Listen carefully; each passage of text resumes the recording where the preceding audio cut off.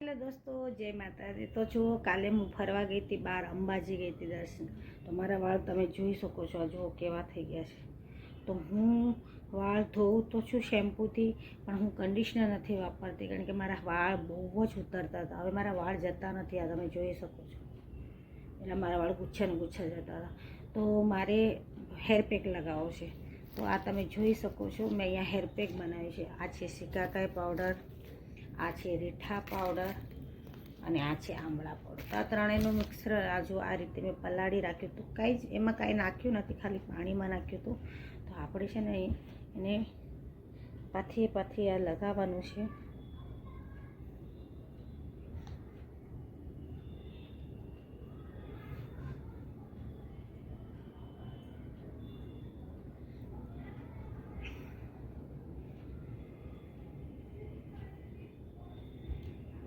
અને જેના બી વાળ જતા હોય ને, તો એ લોકોએ આ પેક જરૂરથી લગાડજો, કારણ કે આ પેકથી વાળ ઉતરવાના બંધ થઈ જાય છે। મારા થઈ ગયા છે, તો તમે આ જુઓ।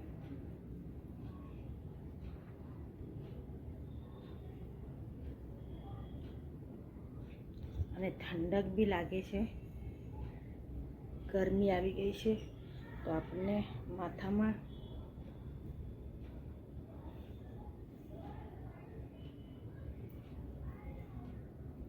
કન્ડિશનર લગાવવાની કોઈ જરૂરત નથી। એટલા સ્મૂથલી વાળ થઈ જાય છે ને।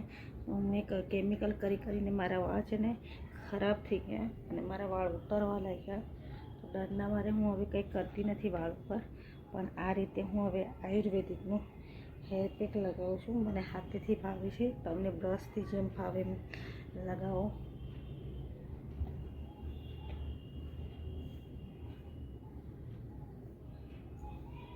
આપણે આને અડધો કલાક સુધી રાખવાનું છે, અને પછી ધોવાની છે, કારણ કે ઉતાવળ કરવાની નથી કે 15 મિનિટ જ રાખીને આપણે એને ધોઈ નાખવાનું, ઉતાવળ નહીં કરવાની।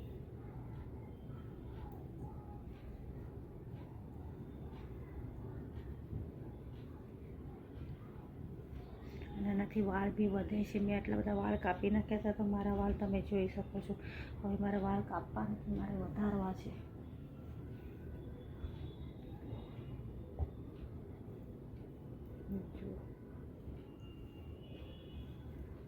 તમને એમ લાગે મારા વાળ એકદમ રફ થઈ ગયા છે, ક્યાંય બહારથી તડકામાંથી આવ્યા હોય અને હવાથી તમને લાગે કે મારા વાળ રફ થઈ ગયા છે, તો આ રીતના તમે ઘરે પેક બનાવો, એટલા સ્મૂથ વાળ થઈ જશે ને કન્ડિશનરની બી જરૂર નથી।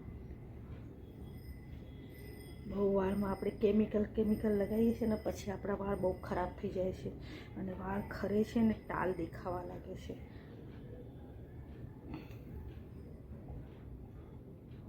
એટલે વાળથી ડર લાગે આપણને।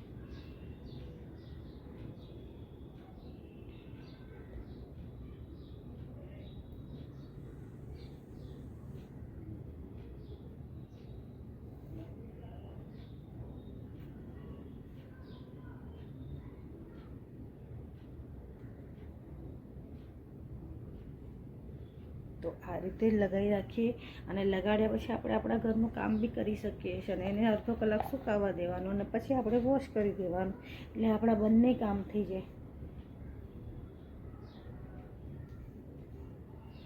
તો તમે આ જોઈ શકો છો।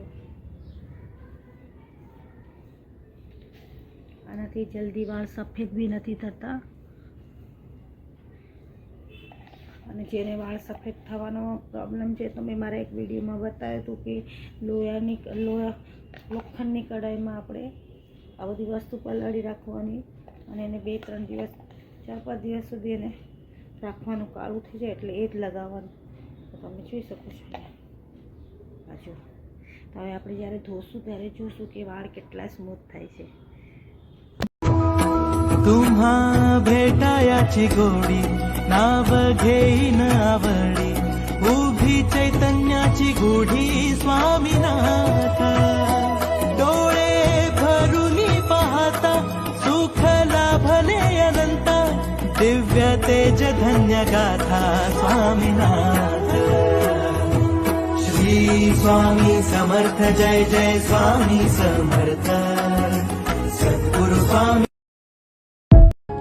दुनिया को आजमा कर देखा सारे रिश्ते मतलब के दुनिया को आजमा कर देखा सारे रिश्ते मतलब के जब तक जेब में 2 पैसे हैं रिश्तेदार हैं तब तक के जब तक जेब में 2 पैसे हैं रिश्तेदार हैं तब तक के मर ना जाए रजते रजते मर ना जाए रटते रटते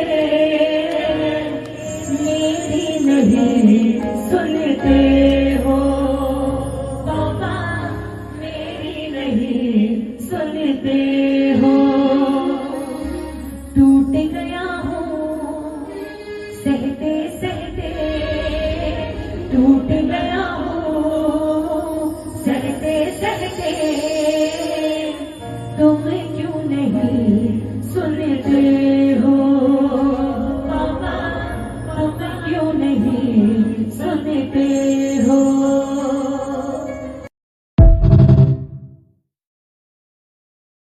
દોસ્તો તો જો મેં માથું ધોઈ નાખ્યું છે.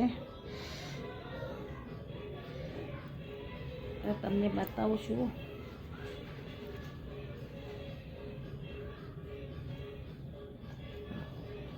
આ તમે જોઈ શકો છો મેં વાળ ધોઈ નાખ્યા છે. તો હવે મારા વાળ કેવા લાગે. અને આ જો સિરમ છે તો મેં અહીંયા લિબોનનું લીધું છે. તમે જેનું લઈ શકો છો. થોડું સિમર લેવાનું છે આપણે હાથ ઉપર અને આ રીતે જુઓ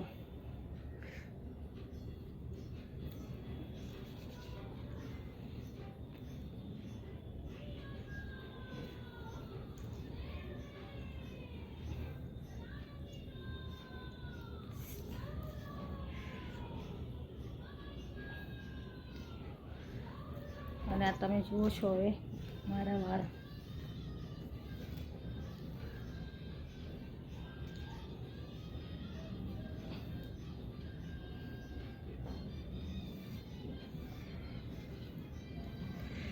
જુઓ તમે મારા વાળ જુઓ છે કાસકામાં એકાદ વાળ બી નહીં આપણે.